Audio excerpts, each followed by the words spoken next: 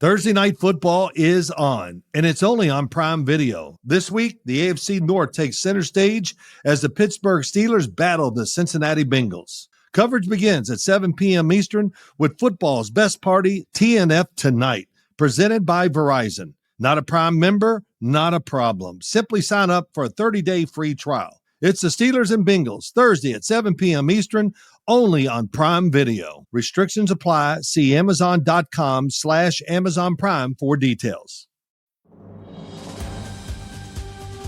This episode brought to you by Progressive Insurance. Do you ever find yourself playing the budgeting game? Shifting a little money here, a little there, and hoping it all works out? Well, with the Name Your Price tool from Progressive, you can get a better budgeter and potentially lower your insurance bill too. You tell Progressive what you want to pay for car insurance, and they'll help find you options within your budget. Try it today at Progressive.com. Progressive Casualty Insurance Company and Affiliates. Price and coverage match limited by state law. Not available in all states.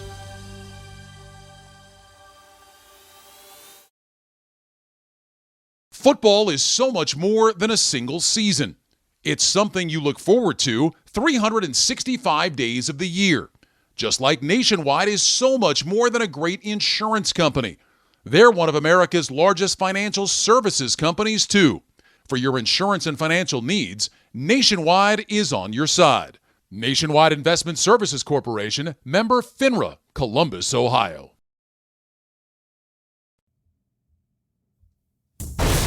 All right, man, let's get back into it. Welcome back to The Run with me, Manny Wilson. I appreciate you for tuning in. We got some voicemails on the line here, so of course we're going to play those back. If you want to go ahead and get your takes off, hit us up, 219-413-9405. And of course, we'll play your take back on the next episode. Now, I believe some of these were left before the Atlanta Falcons game. I haven't listened to them, but they just beat the Buffalo Bills 24-14. So let's hear what these are. I don't really know what they're saying, so it's going to be new to me too, and I like it to be that way. So let's do it. Here we go. Here's the first one. That boy Andrew on the line right here. And it's good, Andrew. Quick take for the Bills game here is that they don't know what's coming. The Bijan dual threat, Drake London on the deep ball. Yeah. Which I better see some this game. And then even though Mooney's out, I think Ray McLeod is slept on. I'm just saying, the Falcons have a way better chance than everyone's saying. I'm telling you, Bijan and Algiers dual threat is just going to eat them for lunch, bro. They're going to get tired. They're going to collapse. They're going to collapse. I got the Falcons by 7. Ooh. Rise up. Rise up, baby. Rise up. You called it. You said Falcons by 7 and they won by 10. But you were absolutely right. The dual threat of Bijan and Algier literally pounded the Buffalo Bills on the ground. Bijan rushed for 170 himself. Algier had his own touchdown, and toward the end of the game, he just started pounding the rock, handing it to Algier, and he just was just handing it to the Buffalo Bills. You literally called it, Andrew. And I'm so happy I didn't listen to this beforehand, because I would have had some doubts, honestly. If I would have listened to this beforehand, I would have probably had some doubts. I would have got on here all level-headed, talking about, I hope we get Drake London involved too. I don't know, lower your expectations. Honestly, that's what it would have been if I would have listened to this earlier before the game. But I'm so glad I waited, because everything you said between Drake London, Tyler Algier, Bijan Robinson, they all got involved and they played a great game. And most importantly, I think we need to give some credit to the offensive line, obviously the defense, because they had those takeaways. But most importantly, Michael Penix didn't even have a turnover in this game, which was lovely on his part for the offense. That was another aspect that was just beautiful from this Atlanta Falcons offense. So, Andrew, man, I 1000% agree with you. This was, I'm so happy that things turned out the way that you predicted. But I got to say, bro, you called it. You called it, Andrew. So shout out to you, man. Definitely appreciate you for leaving the take on here. I'm just so glad I didn't get to enjoy this win alone. I'm glad somebody else get to enjoy this win. So I hope you definitely better tune in. All right, we got another one here. I don't know what they're talking about. Maybe, I think it's obviously Bills related from what I can see. I see something about, Falcons on here, but, we'll see. All right, here we go. Here's the next voicemail. So we'll play it back and see what he's talking about. Let's do it. Hey, what's going on? It's your boy Alex. What's good? The Bills don't know what's coming to them, man. Like, Falcons, underrated team, probably one of the more underrated teams in the NFL right now. Like, we're just too good at the game. And Bijan's a threat. Everyone we have is a big threat. We need Drake London to go on those deep balls. I want to see more of that. And rise up. Let's do it, man. Rise up. We got the win. We got the win. You saw it. You saw exactly what you was asking for. You said you wanted to see some Drake London on the deep balls, and that's exactly what happened multiple times. He almost had 2 touchdowns. But, man, most importantly, no, you're absolutely right. This offense has so much potential, and we have the guys on this offense to make something happen. It's just we just got to reach that potential. And so far, we haven't seen it until finally week 6 of the NFL. But, like, we're good, and we are 1,000% slept on. I think Falcons is a team, because we've been bad for so long, honestly, and man, oh my gosh, that's a whole thing in itself. Because we've been bad for so long, I really do feel like people just underestimate the amount of talent we have on this roster, which is why these offensive explosions are so surprising to not only me as a Falcons fan, but also to a lot of other people around the NFL, because I already knew we had the potential of being able to score like this. It's just the fact that we haven't been able to get it to click. So now that we have it able to click, we showed out in prime time, the standard is way higher now. So I'm just hoping the Falcons don't pull a good old Falcons and, fall below the expectations of what we have for them. So I don't want to get it up too high. But honestly, this is we have a new peak. We have a new peak, especially once we get Darnell Mooney and Ray McCloud back. We give Michael Penix Jr. some more options, and this is ultimately going to help Drake London because he'll be able to avoid being doubled and be able to get open on his own and be able to one-on-one guys. So this will be huge for him, and I'm just so excited that this offense finally showed a lot of potential. And man, I'm loving it, but ultimately, rise up, baby, rise up, man. This was crazy. It was a great game, and they did everything that we showed or everything that we wanted and anticipated in this game too. So I just loved it. I loved it. I loved every aspect, and I hope you got to enjoy it just as much as I did. So. All right, man, look, so those are the voicemails. Again, hit us up, 219-413-9405 if you want to go ahead and leave a quick take. We'll play it back on our next episode. And then, of course, I respond to it. I'll say whatever it is. So, look, we got some news for the run, actually. So, look, we're jumping into that right now. News for the run, some scores and recap of the games that happened in week 6 of the NFL. Man, so it was a crazy week. Obviously, going all the way back to Thursday, we had the shocker. It was a lot of upsets in this week of week 6. We had multiple upsets of week 6, and I think this ultimately just throws around so much confusion to people and fans in the NFL of which teams is actually good and which teams are actually bad. Some teams, it's weird right now. It's weird. Every team that we thought was going to be a serious contender is like bottom of their division, which is insane. Look at the Bengals, the Ravens, the Eagles. Like it's insane. It's maddening. So I actually love it. I personally love how unknown it is of who's actually good and who's not, because it's like the title is just up for grabs. The championship is up for grabs. Super Bowl up for grabs. So anyway, going all the way back to Thursday Night Football, we saw the first upset of week 6. The Philadelphia Eagles lost to the New York Giants. Giants won that game 34-17. And the big show out in that game was Cam Scatterboo and, man, Jackson Dart. Those two showed that they're a lethal combination. And I mean, maybe even, down the line, they might be pursuing themselves to be a serious threat. So we'll see, but that was the talk of the town within that Giants and Eagles game. Then next, you had the Denver Broncos versus the New York Jets. The Broncos ended up beating the Jets by 2 points. They won 13-11, and the Jets now move to 0-6. The Jets are 0-6. They still haven't won a game. And correct me if I'm wrong, fact check this, but I'm pretty sure Aaron Glenn is the only new head coach that hasn't got a win in this season so far. He's 0-6. Justin Fields had -10 net yards in his game against the Denver Broncos. Ridiculous.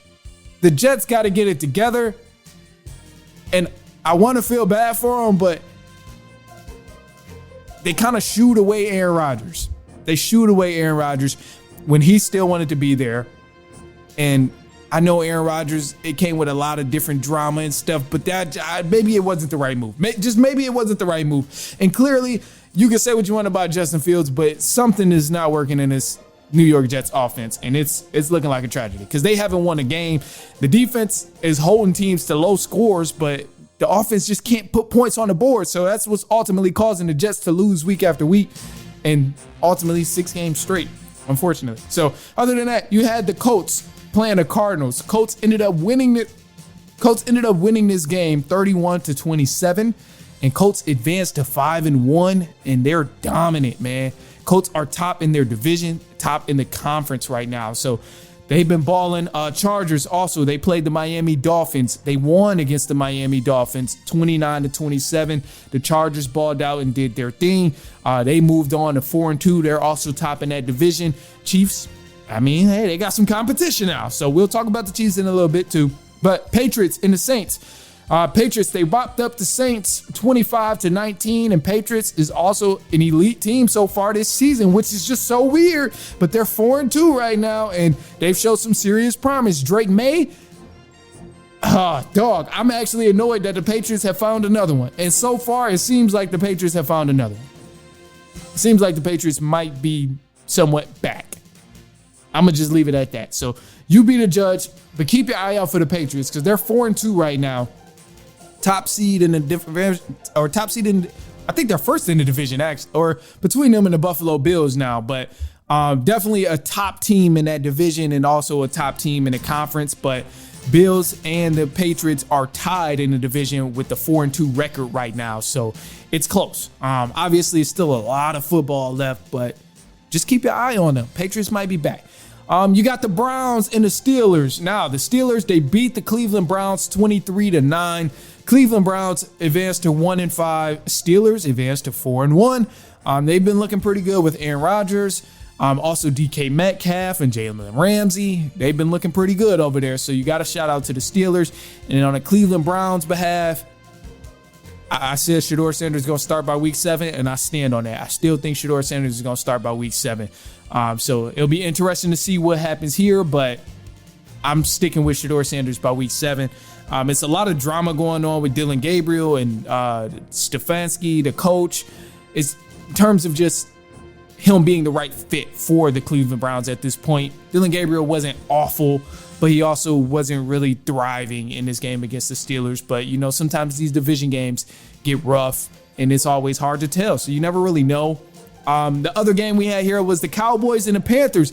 And, man, the Panthers and Cowboys game was crazy. So running back who used to play for the Cowboys, Rico Dowdle, was with the Panthers now, and he had himself a tremendous game.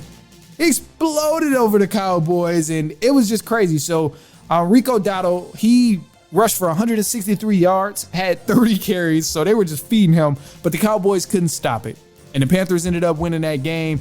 So now you got the Panthers 3-3. They're at 500, and the Cowboys are 2-3-1 because they had the tie game. So crazy game there. Seahawks and the Jaguars. Seahawks ended up winning that game over the Jaguars.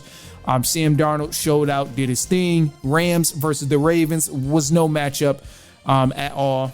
No Lamar Jackson for the Baltimore Ravens, so they're still looking bad, and they look very, very bad. Not just bad like, oh, maybe they'll be okay. They look bad like, how the hell was Lamar Jackson winning with this team bad? So shout out to the Ravens, but hopefully they pick it up. Hopefully, really, Lamar Jackson come back. But right now, they absolutely need Lamar Jackson back because they have a 1-5 record. So if they want to really think playoffs and stuff like that, boy, they're going to need Lamar Jackson back because I didn't know this team was that bad. But damn, they look awful. Other than that, another team who's looking awful, and they got some changes for the coaching staff, is the Tennessee Titans. Tennessee Titans, they just lost to the Las Vegas Raiders 20-10.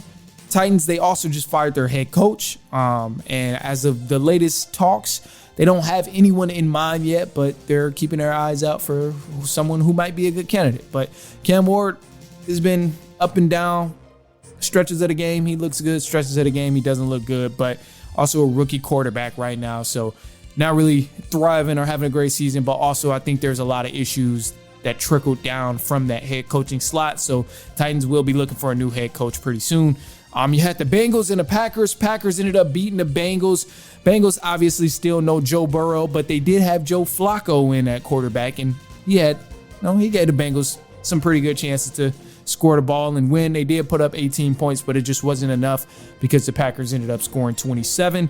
Then the Tampa Bay Buccaneers, they had 30 to the 49ers, 19 points. Tampa Bay Buccaneers are balling, and Baker Mayfield is probably going to be the MVP. Calling it now. I'm saying it early, but I don't want another MVP outside of Baker Mayfield. I don't think it's Pat Mahomes. I don't think it's Josh Allen. Baker Mayfield has been on a tear, and I think if anybody deserves MVP this season, it is Baker Mayfield. The other runner-up after Baker Mayfield is probably Bijan Robinson. I think that's safe to say after this Week 6 performance, but ultimately, still, I wouldn't even put him close to what Baker Mayfield is doing. I think Baker Mayfield needs to be MVP. And it's no ifs, ands, or buts about it, especially if he continues to play the way he's been doing in the first 6 weeks of football. So Baker Mayfield, I'm locking that in. I already placed a bet for Baker Mayfield to win MVP. So at this point, I just got to let time do his part. And I've never been so confident in a bet in my life that Baker Mayfield is going to win MVP. And I called it early, too, after the first 3 wins that he had in the season, which was comeback wins. I'm like, immediately, no, he's winning MVP. So I placed that bet very early. I don't know what the odds are now, but I got a good discount on that. Other than that, look, man, the Detroit Lions versus the Kansas City Chiefs. Chiefs ended up winning that game 30-17. It was a lot of drama going on in that game, too, because the Chiefs got some favorable calls. The Buffalo Bills, as I mentioned, lost to the Atlanta Falcons 24-14. Shout out to the Falcons. Rise up. They moved to 3-2. Bills moved to 4-2. And then the Bears, Chicago Bears, they ended up beating the Washington Commanders by 1 point. It was a close game, came down to a field goal, but the Bears ended up winning 25-24. And that was it for Week 6. So next week, we got some great games coming up too. Vikings will be back. Texans will be back. Both of those teams had bye weeks, but man, epic week for Week 6. A lot of upsets. Just weird confusion. Don't know who's going to be top dog of the division. Don't know who's going to be what. And I like it this way because with everybody being competitive, with every team kind of being up and down, you just don't know who's really legit and who's not, which leaves the Super Bowl option up for grabs with anybody. And I love it.